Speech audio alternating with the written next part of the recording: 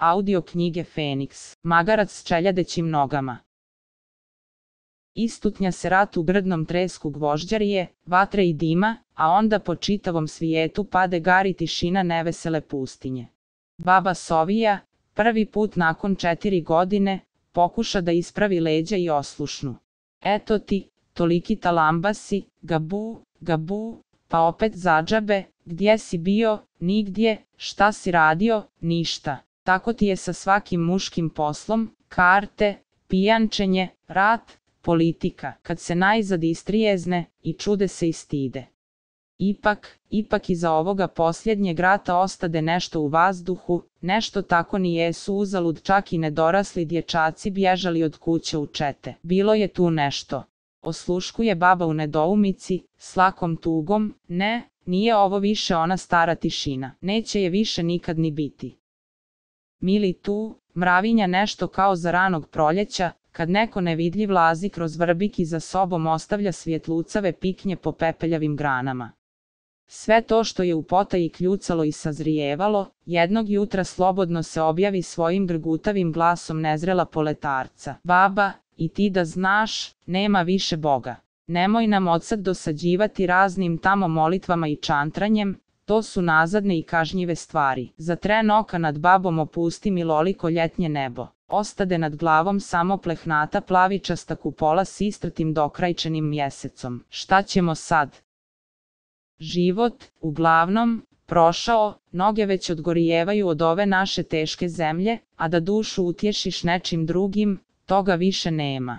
Izgubiše se i mili Bogo, i rođeni svetitelji i blažena rajska hladovina, toliko draga utruđenoj seljačkoj duši. I pođe tako baka po selu s hladnim pepelom na srcu. Koga da pita za savjet, kome da se obrati za utješnu riječ. Babino posvojče, vragometni šerec Spasoje, odavna je odmaglio u rat i sad se javlja iz armije. Kaže, poručnik je, i veća su se čuda danas pokazala, pa nek bude i to, Spasoje poručnik. Doklipsao Spase jednog dana na odsustvo, ravno svojoj baki, kom će drugom. Istina je, poručnik je, zakopčan, utegnut, oči mu samo iste ostale, šarene, veseličaste. Vidi se po njima, Spase je, niko drugi, ne da se to sakriti.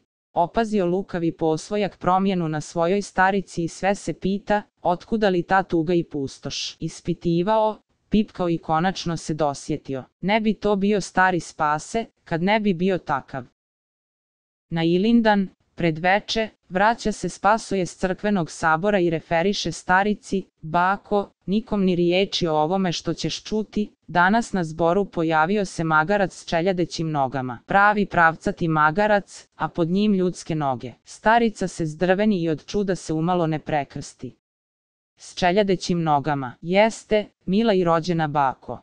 Bio je to nekakav čovjek pa, petkom, u posni dan, kuvao sebi meso, kad na vrata, čovjek s bijelom bradom. Zar meso u petak? Pita ga. Odlazi, magarče jedan, šta je to tebe briga? Povika čovjek.